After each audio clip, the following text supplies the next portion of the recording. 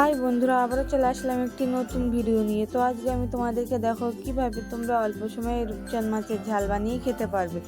তো বন্ধুরা, আমি কিন্তু প্রথমে মাছগুলোকে কেটে নিয়েছি, ভালোভাবে কেটে নিয়ে এবার হলুদ আর লবণ দিয়ে ভালোভাবে মাখিয়ে ভেজে নিচ্ছি।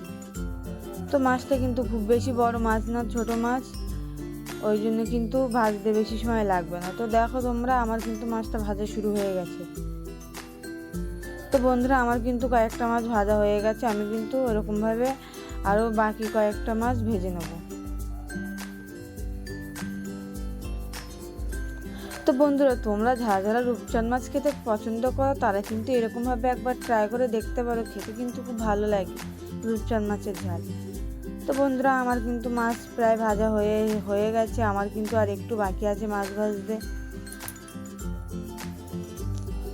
তো আমার মাছগুলো কিন্তু সব ভাজা হয়ে গেছে, আমি কিন্তু এবার তরকারিটা চাপিয়ে দেবো। তো আমার রান্না করতে যে যে মশলাগুলো লাগছে আমি সেগুলো কিন্তু তোমাদেরকে একবার দেখিয়ে দিচ্ছি।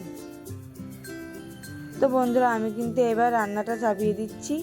প্রথমে দিয়ে দেবো কড়াইতে 5 ফোড়ন, দিয়ে দিচ্ছি পেঁয়াজ কুচি, দিয়ে দিলাম রসুন বাটা, দিয়ে দিচ্ছি আদা বাটা, দিয়ে দিচ্ছি কাঁচা লঙ্কা, দিয়ে ভালোভাবে নেড়েচেড়ে এবার একে একে দিয়ে দেবো মশলা। প্রথমে দিয়ে দিলাম লবণ, দিয়ে দিচ্ছি হলুদ, দিয়ে দিচ্ছি কাশ্মীরি গুঁড়ো লঙ্কা, দিয়ে দেবো জিরে মরিচের গুঁড়ো, দিয়ে ভালোভাবে নেড়েচেড়ে আগের থেকে যে পেঁয়াজটা বেটে রেখেছিলাম আর যে টমেটোটা কেটে রেখেছিলাম সেটা দিয়ে দিচ্ছি। দিয়ে ভালোভাবে নেড়েচেড়ে কষাই করে অল্প একটু জল দিয়ে দেবো। তো বন্ধুরা, আমার কিন্তু কষাইটা হয়ে গেছে, আমি কিন্তু এবার দিয়ে দিচ্ছি জলটা দেওয়ার পরে একে একে মাছগুলো দিয়ে 10 মিনিটের জন্য তরকারিটা ঢেকে রেখে দেবো।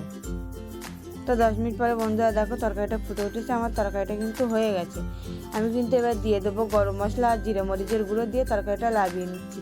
তো বন্ধুরা, তোমাদের যদি আমার ভিডিও ভালো লাগে তাহলে কিন্তু এরকমভাবে একবার ট্রাই করে দেখতে পারো, খেতে কিন্তু খুব ভালো হয়। আর চ্যানেলে যদি নতুন হয়ে থাকো চ্যানেলটা সাবস্ক্রাইব করে রাখতে পারো নতুন ভিডিও দেখার জন্য।